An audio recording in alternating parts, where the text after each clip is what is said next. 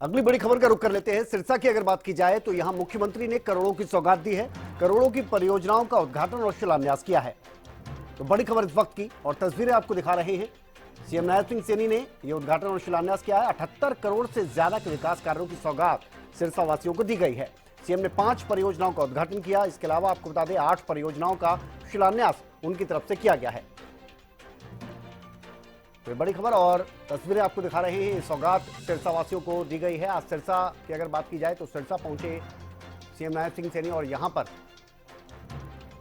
जो सौगात दी है उससे विकास की गति से देखा जाए तो और ज्यादा रफ्तार अब ये तमाम कार्य नजर आएंगे। तो लगातार एक सौगात का दौर भी देखने को मिल रहा है। बैक टू बैक हरियाणा सरकार की तरफ से सौगात दी जा रही हैं। सरपंचों को लेकर देखा जाए या HKRN के जो कर्मचारी हैं या इसके अलावा सफाई कर्मचारी हैं, इनको एक तरफ सौगात दी। अब सिरसा पहुंचे तो यहां भी करोड़ों की सौगात दी गई है। विकास कार्यों की अगर बात की जाए तो विकास कार्य जो हैं अब और तेजी से आगे यहां बढ़ते नजर आएंगे। 8 परियोजनाओं का शिलान्यास किया गया और इसके अलावा आपको बता दें कई ऐसी परियोजनाएं रही जिनका उद्घाटन किया है। 5 परियोजनाएं ऐसी रही हैं जिनका उद्घाटन यहां पर किया गया। अमित तिवारी हमारे पॉलिटिकल एडिटर हमारे साथ जुड़ गए हैं। अमित जी, किस तरह से देखा जाए, बैक टू बैक हम देख रहे हैं सौगातों का दौर देखने को मिल रहा है। सिरसा की अगर बात की जाए तो यहाँ बहुत बड़ी सौगात है।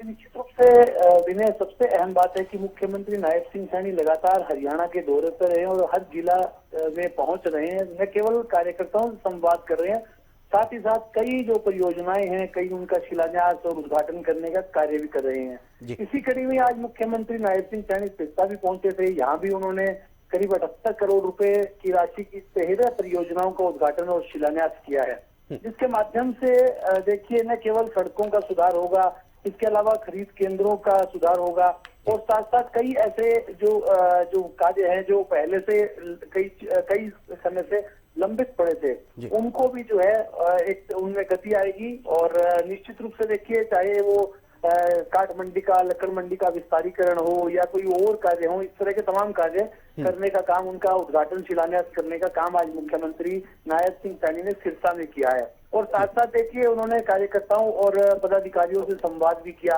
और जो एक तरह से जो देखिए पहले से ही शंखनाद तो रोहतक से भारतीय जनता पार्टी ने विधानसभा चुनाव को लेकर कर ही दिया था, जिसमें खुद चुनाव प्रभारी धर्मेंद्र प्रधान और सह चुनाव प्रभारी विप्लव देव भी मौजूद थे।